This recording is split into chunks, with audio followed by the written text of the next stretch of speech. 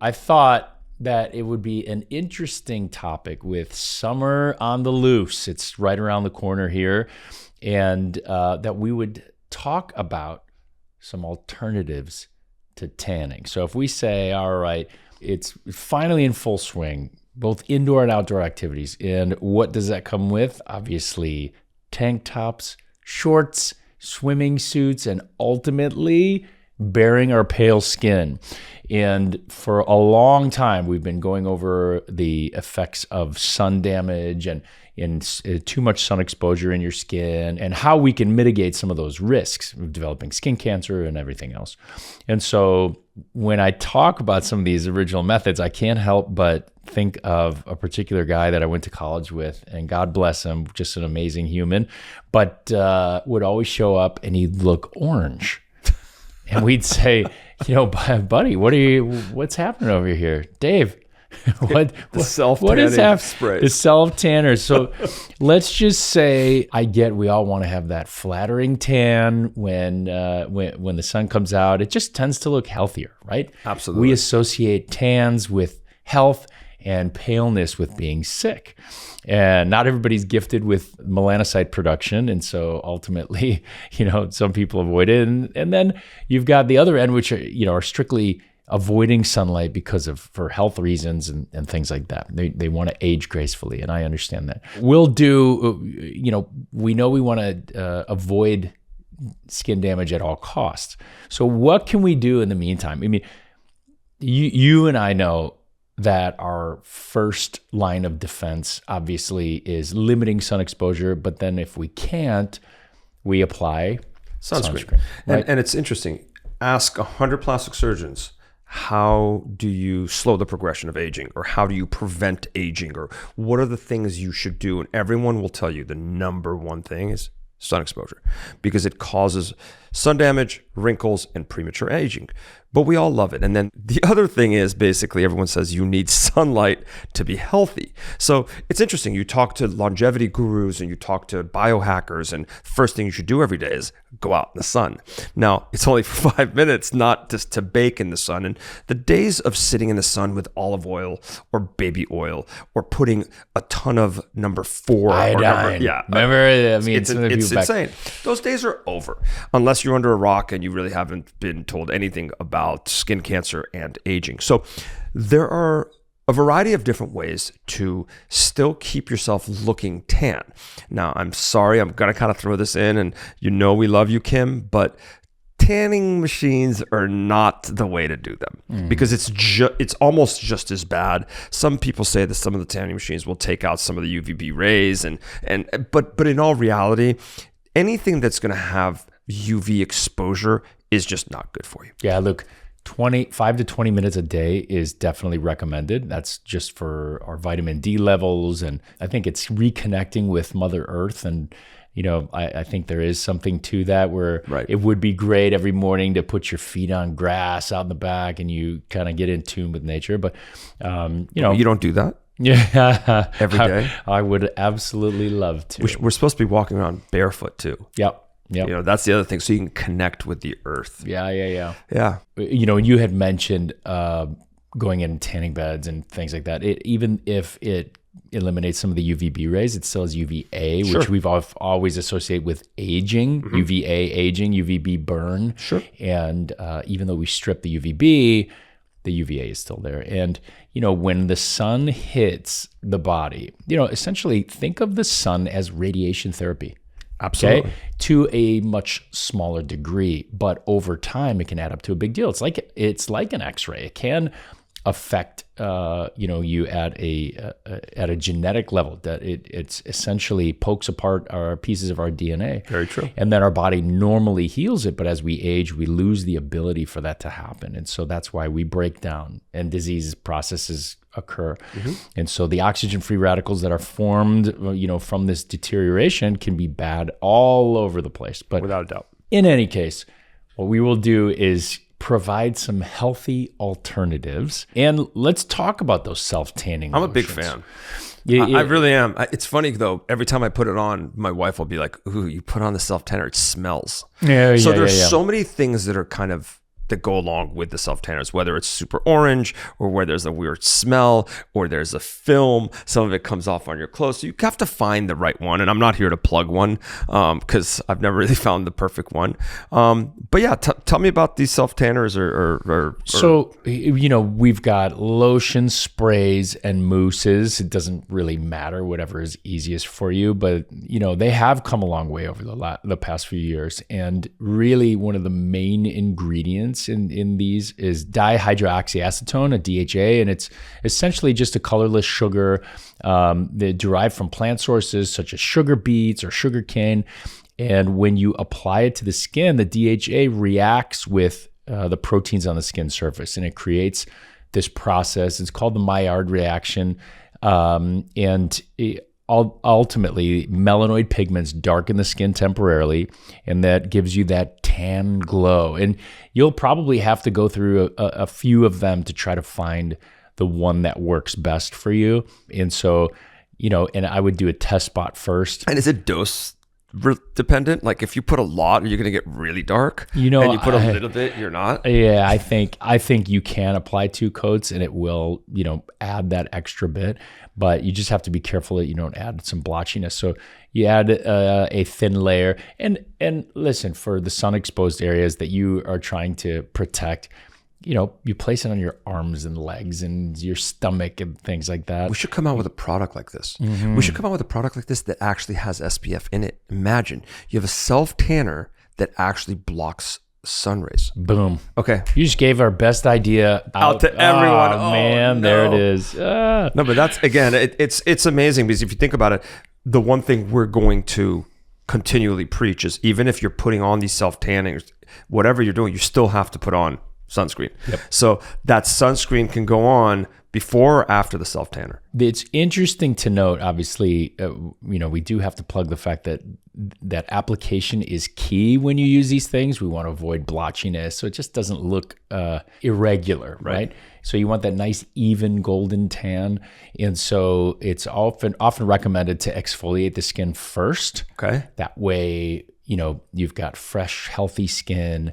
And then you apply this evenly, and it also when you do exfoliate, it just helps the product stick to the skin a little better, because what you don't want is to wear something and ultimately have it rub off on the clothes. So, and you can curate your desired tone. Like we had talked about. So if you want to place an initial area, do a test spot, see how it looks. If you like that level, then you go ahead and apply it. In just a few hours, you can have a nice, even tan. And the interesting thing is, most of these self tanners work for a while. It's kind of like, I don't want to make an analogy like it's like paint, but in a way, it stays on until you wash it off. Yep. So it's not like you have to continually reapply it. Whereas with your sunscreen, you have to continually reapply sunscreen, because sunscreen does kind of wear off after a while with your sweat, when you go in the water, things like that. So keep that in mind as well. And the idea is, before you go to bed, especially if you have white sheets, go ahead and shower off, because that you're going to leave some residue on those sheets. And, that happened to me once. And I thought something went wrong. I got out of the sheets. I said, whoa, then I realized I put self tanner on. Oh, that's hilarious. Don't hold it against me. Yeah. And then always, you have to think about what you're going to do. So if you're putting on a self tanner and then you're going to go exercise and stuff like that, it's, again, you have to be cognizant of the fact that some of that's going to wipe off. Let's talk about the next alternative. There are bronzing drops. This is a first for me. Yeah. So this is a trendy new tanning method that's taking over the beauty industry. And the idea is, you may have seen your favorite makeup artist applying these to their daily moisturizers and makeup, and including moisturizing plant oils and silicones and humectants. And these are some of the ingredients that are in there. And they have these light reflecting particles that create that tan glow. And it's almost like a shimmery sort of feel or look to it. So great thing about the bronzing drops is ultimately you are in control of the intensity. And so, again, if you just want a tiny hint of that, again, you can curate your own desired result based off of the amount that you use. Amazing. Honestly, it sounds kind of similar to the self tanning lotions, but this is more in my opinion, towards the makeup realm. Yep. Where you can actually put it exactly where you want it, kind of change the tone and adjust how tan you want to look, or, you know, take it from there. And I think this has also become a little bit more in vogue or famous due to the fact that there's a lot of these makeup artists that are using it for their clients, especially some celebrities. So people are kind of jumping on board. Yeah. And, you know, again, it's a genius idea because you put a small amount into your existing product. So it's not like you're, you know, you have to apply a complete layer, like as in the self-tanning lotions.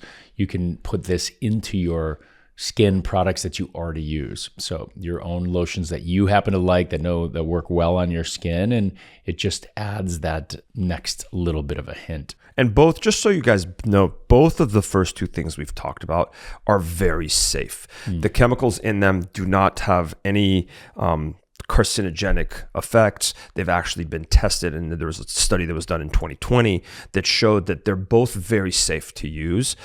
So knock yourself out. Yeah. So we're you know, eliminating these oxybenzone products and things like that are banned in Europe and everywhere else. So and I don't think that we went over the appropriate type of sunscreen, so I'm going to go back to that. Go for it. Let's do that. That's where ultimately we want that mechanical sunscreen, like a zinc oxide.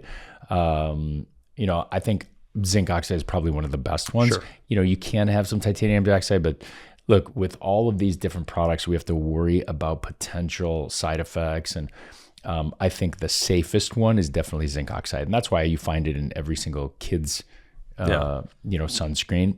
And people may not like it because it's a little filmy and it's a little chalky, but it's really it's called a mechanical sunblock in a sense, because it really is a way to shield your skin from sun, and that's why it's so thick. And maybe you can find one that's not, but most of them are a little chalky and a little thick, but they work. So that's all you really care about. Yeah.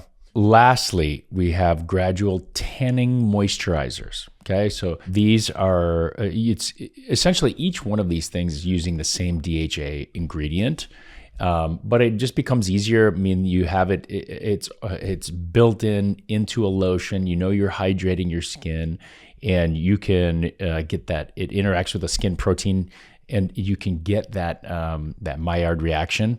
And again, this is where you can curate your own desired outcome based off of the amount that you use. So sometimes people just put a light layer of moisture on. Let's see how tan it gets you, and then if you need more, just put another even coat over that. You know, again, it does sound like we're painting a car.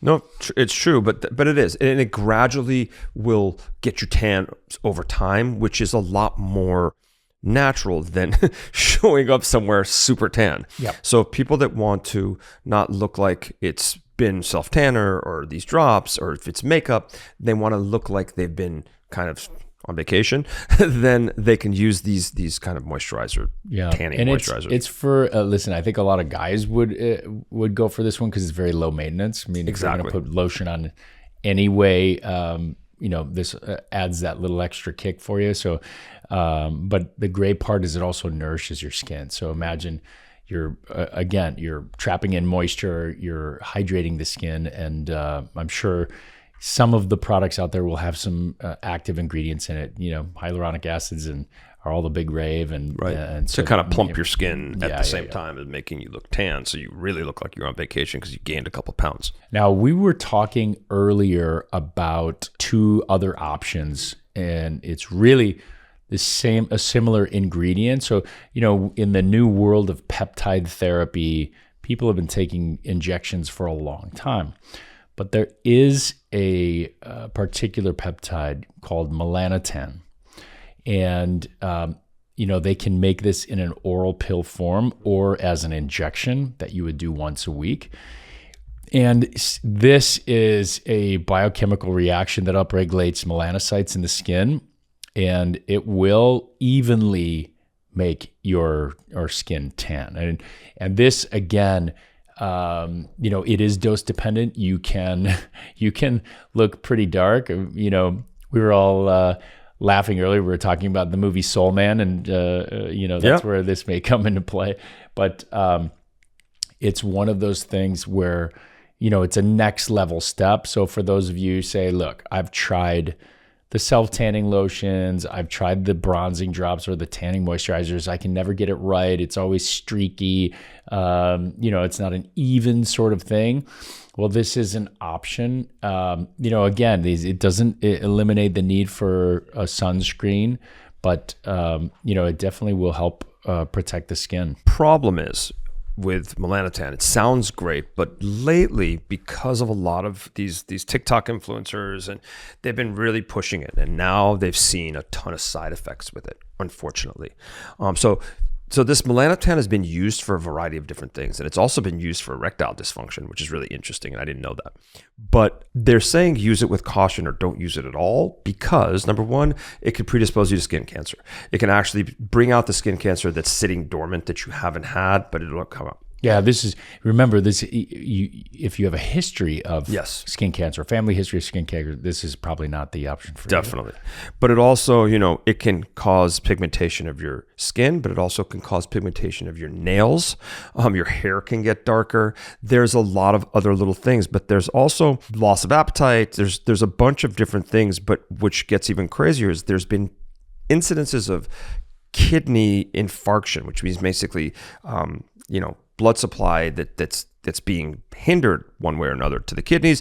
Mechanism is not totally known, but it does it does cause that, and it also causes the opposite of sexual arousal for some people. So it could cause sexual arousal disturbances, and the last thing it can cause is something called rhabdomyolysis, which is a breakdown of your muscle. So there are some very bad side effects, and very rare but very bad. So the Melanotan I'd kind of put on the back burner.